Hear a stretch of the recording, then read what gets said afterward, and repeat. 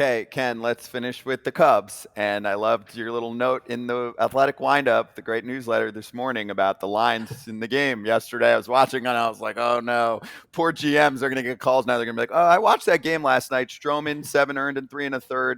Lynn, I think some of that was inherited runners after he left because I turned away for a moment, but 7 earned and 4 2/3. He's going to join us later. And Joe Kelly and Middleton for the White Sox as well. Okay, so let's focus on the Cubs. We know the White Sox are going to trade everybody, but basically Cease. They have made a run. They have won what now? 7 of 8. Now Stroman's not pitching well, and he has the player opt out that hey, if he really doesn't pitch well the next couple months, teams are definitely going to be afraid of. On the other end, Bellinger looks like he'd be the best bat available. Do we really think the Cubs are going to be a serious playoff team and they're going to buy now instead of selling away Bellinger where they can get probably 2 high-end prospects for him? I don't know. Now, Scott, remember, they've sold the past 2 deadlines, and they play in Chicago, a big market. It's sort of time for them to start thinking about winning, wouldn't you say? So that's one end of it.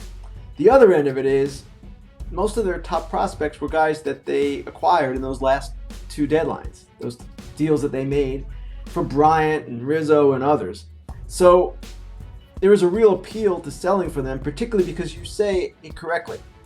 They're not going to win the World Series this year. They might not even win the NL Central this year. Probably won't, in fact. And wild card is equally elusive, most likely. So I see the logic both ways here, but I will say this. If they go into Monday or Tuesday having won, I don't know, it's 7 of 8 right now. Let's say it's 10 of 12 or something along those lines. It would be really difficult to tell your players and your manager and your coaching staff, sorry guys, we're going to pull the plug right now. When we've pulled the plug the last 2 years, well, this is the last time we're going to do it. We might not do it again, but we might. It's problematic. And it's interesting with Stroman. His last 6 starts, he has regressed. Bellinger, yes, could get a lot, and you do well for him. But it's the whole question of, do you go in or do you go out? Or do you try to kind of thread the needle in between? I'm not sure where they are right now. There isn't much clarity in a lot of ways, but if they don't keep this going, then I think it becomes clear and you sell.